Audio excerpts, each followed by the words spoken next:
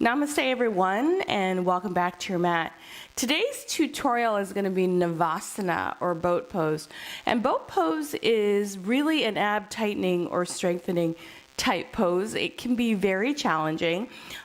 Whenever I think of it as a pose or in the pose series, I consider it an intermediate pose. And a lot of people have trouble with Navasana because we have really weak lower back muscles. And that comes from doing a lot of sitting in our everyday life. So it's really helpful if we can strengthen these muscles.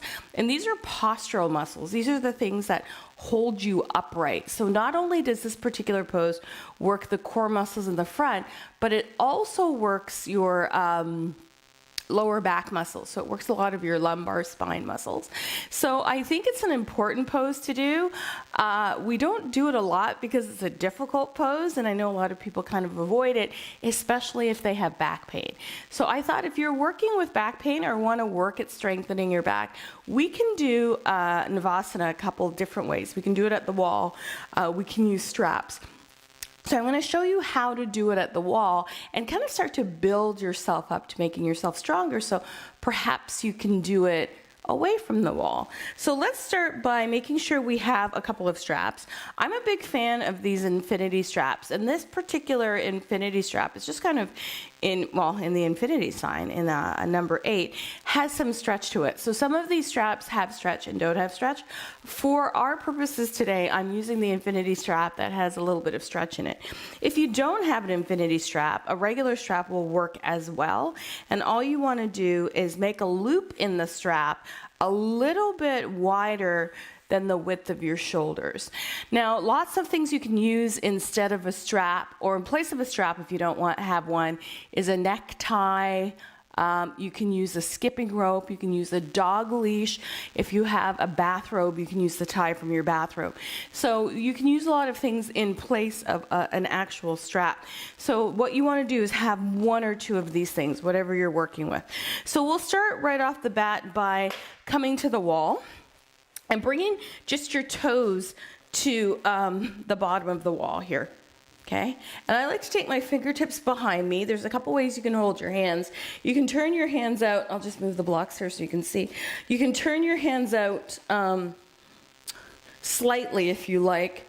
I like to turn my hands out and then lift the sides of my waist and pull the head of my arm bones back so my chest is open. So you can really just press into the pads of the fingers, turn the hands out, and just find the position in your hands that makes the most sense. Mine are slightly turned out, I would say, at 45 degrees. So another thing you can do is, if this feels okay, is come up onto your fingertips and really build strength in your wrists. So this really engages the muscles of the forearm.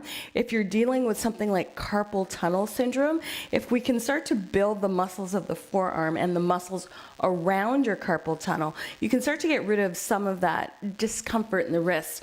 If you're not familiar with what your carpal tunnel is, gently put your hands together and don't flatten the palms. And look down the center of the hands and you'll see like a diamond shape, an opening there. That's your carpal tunnel. I like to think of it almost as the arch in your hand. You know how we have an arch in our foot? It's the arch in our hand. And we really want to strengthen the muscles of our hands in any poses that we're doing to help keep that carpal tunnel healthy. And it's especially important if you do repetitive motion types of things. So if you're working at a computer all day and you're typing a lot, that's a repetitive motion that can sometimes make this sore and inflamed. So that's a little sidebar. So you can come up onto the fingertips if you like that, if you want to work with that. So toes to the baseboard or toes to the wall, and then we're going to firm the low belly. I just like to squeeze my abs. I think of it as a hug from the inside. Just makes me feel really integrated and strong. And you'll just kind of adjust your hips depending on the length of your legs. And we'll start with placing one foot just about shoulder height, where the toes are maybe shoulder height on the wall, and we'll press into our sitting bones. So I'm slightly tipping my hips forward and then firming my belly here just to support my low back, drawing my shoulder blades back. And if I feel comfortable here, this would be step 1. Step 2, I can place my second foot on the wall and just kind of notice what that feels like. And I like to spread my toes and push into the wall. So this may be my first attempt at my Navasana or boat pose. Then if you're feeling comfortable, you can just lean back slightly till you feel your abs engage and place the hands on the back of your thighs. And then you can stay right here and experience Navasana. If you want to take it a little bit further, if you're feeling ready, you can walk your feet slightly further up the wall, keep a softness in the knees, lean back until your abs engage, and play with Navasana here. So I'm really feeling the intensity in my hips. Go ahead and lift your chest a little bit, take your gaze up, and that's your first option for Navasana at the wall. So that's option number 1. You can play with that a little bit and kind of notice what's going on. So I do these types of things as drills or practices to start making me stronger so that perhaps I can get a little deeper into the pose. The second way you can play with Navasana is with one of these straps, whether it be your regular strap or your infinity strap. So I'm going to come away from the wall a little bit here, and I'm going to take the strap and place it around my feet. Now, you're going to need a little more strength in your abdominal wall here. So you'll notice that my feet are out in Baddha Konasana or butterfly, and I've looped the strap around my feet.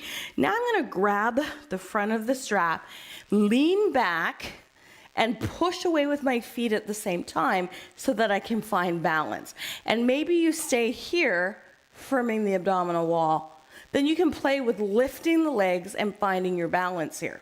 Okay, this is work in and of itself, and you might want to make sure you've done a hip opening practice before you come to this. And then when you're ready, try just straightening the legs out. And here's the key. You're pulling back on the strap as you're pushing forward with the feet. Feet are active, abs are engaged, and you can lift and push out.